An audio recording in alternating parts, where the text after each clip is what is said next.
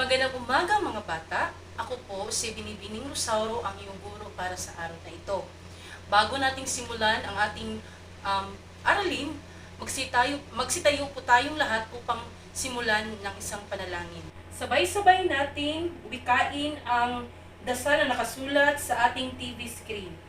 Sa ngalan ng Ama, ng Anak, ng Espiritu Santo. Okay, amen? Bago po tayo umupo, ay pulutin natin ang mga basura sa ating upuan at ayusin upang tayo ay makapagsimula na.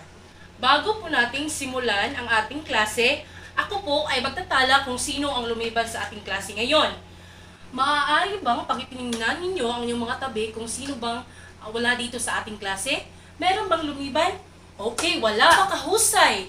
Bigyan natin ang ating mga sarili ng 5 bagsak. 1, 2, 3, 4. Sa lahat, nais ko munang ipahatid sa inyo ang mga pamantayan sa ating silid-aralan. Una, itaas ang kanang kamay kapag gusto sumagot.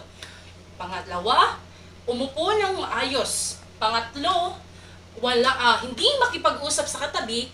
At pang-apat, ay makinig ng mabuti sa guro. Naiintindihan niyo ba mga bata? Bago tayo dumako sa ating bagong aralin, mayroon lamang akong aktibidad na ibibigay sa inyo upang masuri ang inyong kaalaman at kakayahan ukol sa tinalakay natin kahapon. Ano nga ba ang tinalakay natin kahapon?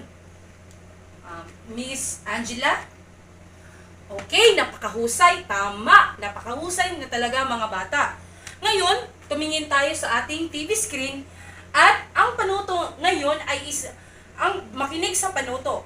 Ngayon ay aking ninanais na gumawa kayo ng talahayan at chart mula sa sumusunod na datos. Si Marian ay may naitatabing pera bawat araw at napagdesisyon ng gawin na lamang ipon, kaya't gumawa siya ng listahan ng ipon niya araw-araw. Atin itong tingnan at pagkatapos ay gawan ng table at chart. Ang ipon ni Marian, Lunes, 6 na piso. Martes, 7 piso. Miyerkules, 15 peso. Huwebes, 10 peso. Biyernes, 30 piso. At ito na po ay ang isang table. So dito po ang mga araw at ang ipon. At ito na po ay ang pie chart. Ito po ay tinatawag na pie chart. Ito po ay ang chart na ito ay tungkol sa ipon ni Marian. Lunes ay kulay sky blue, Martes ay orange, Miyerkules ay gray, Huwebes at yellow, at Biyernes ay kulay blue.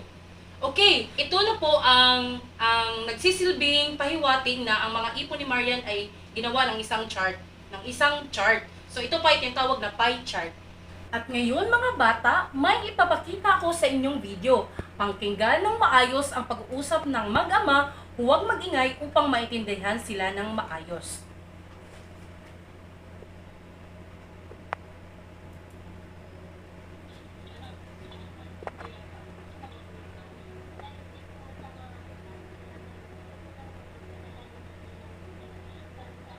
Ngayon, tapos na nating panuorin ang video upang masuri kung talagang pinakinggan nyo ng maayos at pag-uusap ng mag-ama ay may mga katanungan lamang akong ibibigay sa inyo mga bata. Itas lamang ang kamay sa mga gustong sumagot. Sino-sino ang mga tauhan na ipinakita sa video? Very good! Bigyan ng 2 bagsak. Magaling! Ikalawang tanong, bakit mukhang nalulungkot ang anak ni Tatay Pedro? Yes? Lorraine? Magaling! Bigyan ng 1 bagsak. Ikatatlong tanong, makakatulong kaya ang pagpapadala ng email? Very good! Bigyan ng 2 bagsak. Ano ba talaga ang kahulugan ng email mga bata? Napakahanga ang inyong kaalaman. Kayo ba? Marunong ba kayong mag-email?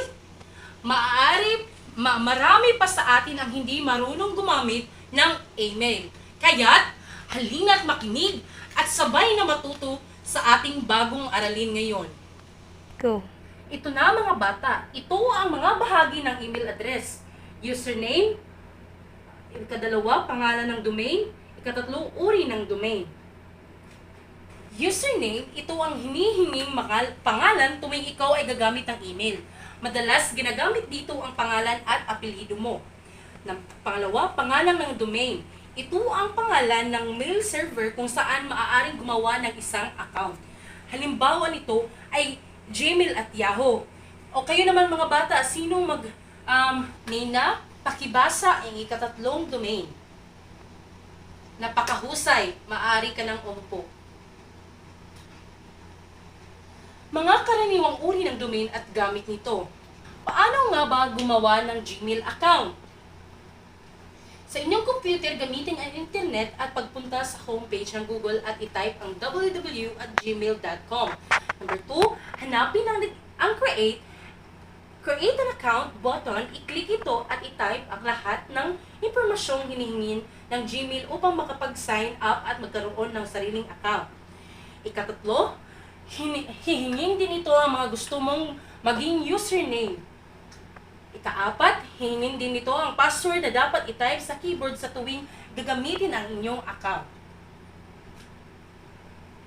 Kalima, sundin ang iba pang hakbang na hihingin ng Gmail.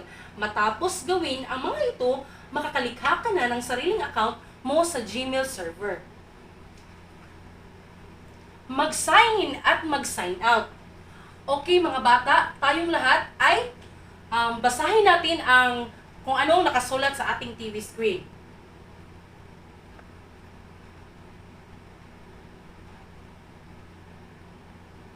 Paano? Maraming salamat. Maaari na kayong umupo. Paano magpadala ng email? Para sa makagawa ng mensahe sa email, i-click ang compose mail. I-type ang address ng account na padadalhan ng mensahe sa kahon na to. Siguraduhin tama ang na-type na email address upang maipadala ito ng maayos at mabilis. Ikatatlo, i-type ang paksa ng inyong email sa kahon na subject. Gamitin ang inyong mouse at itapat ang cursor sa puting kahon sa ilalim ng ito at sa ilalim. Ito ang tinatawag na message box. Maaari mo nang i-type ang inyong mensahe rito. Ito ang isang screenshot na ano ang maaaring mo makita kapag ginagawa mo ito. Ikalima, matapos i-type ang mensahe, maaari nang i-click ang send. Nakikinig pa ba kayo? Okay. Ngayon ay nalaman na natin kung paano gumawa ng email, ano ang email. Ngayon ay may gagawin tayong pagtataya. Panuto, kopyahin ang mga nasa ibaba at itugma ang paglalarawan mula sa hanay A sa salitang inilarawan nito sa hanay B. Isulat ang titik ng iyong sagot sapat lang bago ang bilang. Bigyan ko kayo ng 5 minuto upang mag-aral. Oras na mga bata, pass your papers forward. So, napakahusay. Marami ang nakakuha ng mataas na marka sa ating pasulit ngayon. Ngayon, meron lamang akong itatanong sa inyo. Bakit nga ba mahalaga ang email? Okay? Miss Christy? Palakpakan kang Miss Christy. Very good. Napakahusay. Ang email, masasabi nating mahalaga at malaki ang naitutulong ng email sa ating buhay. Kaya kahit sa akin ay masasabi kong may malaki itong tulong sa akin bilang isang guro. Sa aking trabaho ay nagagamit ko ito. Kayo ba? Ano sa tingin nyo ang kahalagaan ng pagpapadala ng mensahe gamit ang email sa inyong buhay? Okay, maraming salamat. Para naman sa ating takdang aralin, gumawa ng mensahe tungkol sa inyong natutunan tungkol sa email at paano mo ito gagamitin sa inyong buhay, isumiti ang sagot sa aking email, arjenrosaro@gmail.com. Sa huling araw ng linggo ay ang magiging deadline ng pagsumiti. Sundan ang ruplit sa paggawa. So, ngayon mga bata, meron lang akong tanong sa inyo. Naiintindihan niyo ba ang ating aralin ngayon? Meron ba kayong mga tanong? Wala? Okay, maraming salamat mga bata sa pakikinig ng mabuti sa ating aralin ngayon. Ngayon naman ay inanyahan ko ang lahat na tumayo para sa ating pangwakas na panalangin. Amen! bago po tayo umuwi, pakipulot ang mga nakakalat sa inyong upuan at ayusin ng mabuti ang inyong upuan. Maraming salamat mga bata!